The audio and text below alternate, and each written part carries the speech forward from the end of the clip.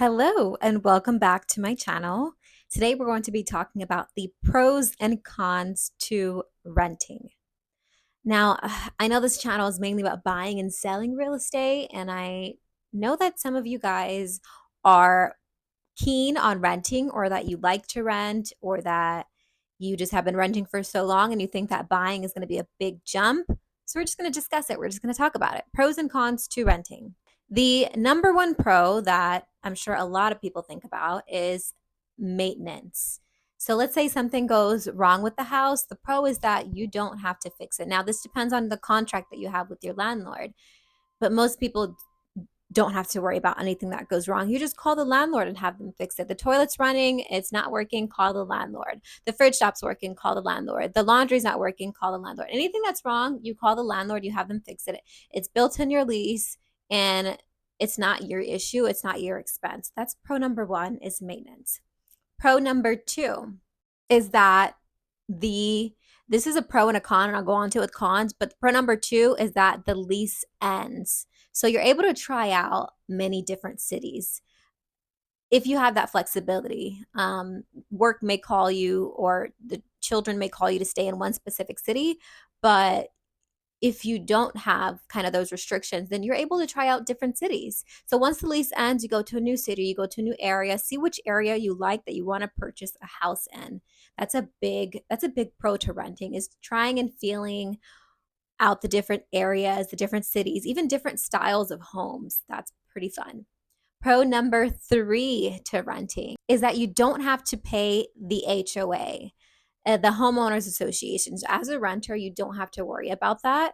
The landlord takes care of the homeowners association, and you don't have to pay taxes. The landlord takes care of taxes. Now, as far as insurance, you may have to do renter's insurance, but renter's insurance is much lower than homeowners insurance. So that is a big plus too. Those are the three pros for renting. I'll say it again. Number one is maintenance. You don't have to worry about maintenance. Number two is you're able to try out different cities, different styles of homes. And number three is that you don't have to pay HOA or taxes, or even expensive homeowners insurance. You might have to pay renter's insurance, but it's much lower than homeowners insurance. Now, here on to the cons of renting. The first con is that you have no equity in the home that you're renting versus if you were to buy a house. So let's say you're in a pickle and you need to borrow money, and if you own the home, then you would be able to borrow money against the asset. So you'd be able to get a home equity line of credit and borrow money against that. And also, once you buy the home, you're sitting and you're building equity as time passes by, and you don't have to do anything. You're just building equity. And let's say that down, and the goal is down the line, if you do sell the house, that the price would have increased just by you making your payments on time and just being in the house and building equity. So eventually you're making a profit on the sale of your home, which is a plus, right? So it's almost an investment at some point to sit and let that equity build on a home.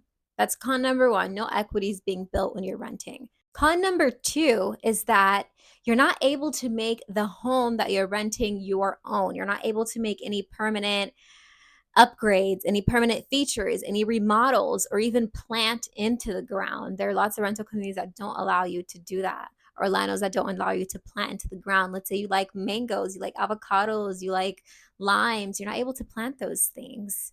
Or if you like to garden, yes, you may be able to do the potted plants, but for some people, it doesn't feel the same, right? So that's con number two. You're not able to make the home your own. You're not able to plant. Con number three was also the pro, is that the lease ends. Con number three is that the lease eventually ends. So if you're in a place where the landlord does not allow constant renewals, then that means you're going to have to pack up and move. So you may be doing that a lot, year after year, packing up and moving because the lease ends. Or let's say that eventually the landlords decide, even in the middle of your lease, right? The landlord decides to sell the house and the new owner does not want the tenant in there. You're going to have to pack up and leave. So unfortunately, there is It can be a little risky when you're living in a landlord's place and it's not a rental community, and you eventually have to pack up and leave, because at the end of the day it is their house and they get to decide, right? Of course you have rights as a tenant, however they also have rights as an owner to be able to sell the place, right? So those are the three, I'll say it again, the three cons to renting is: number one, no equity. You're not building any equity in your rental home. Two, you aren't able to make the home your own with permanent fixtures or planting into the ground, most likely. And three, the lease ends, so you may become a nomad, moving from time to time every single year. Now, if these cons really stuck with you, really has gotten you thinking, feel free to reach out to me so we can talk about what buying your first home looks like, and go through any questions that you have, or feel free to leave questions down in the comments below. Thank you so much for tuning in, and I will see you in the next video.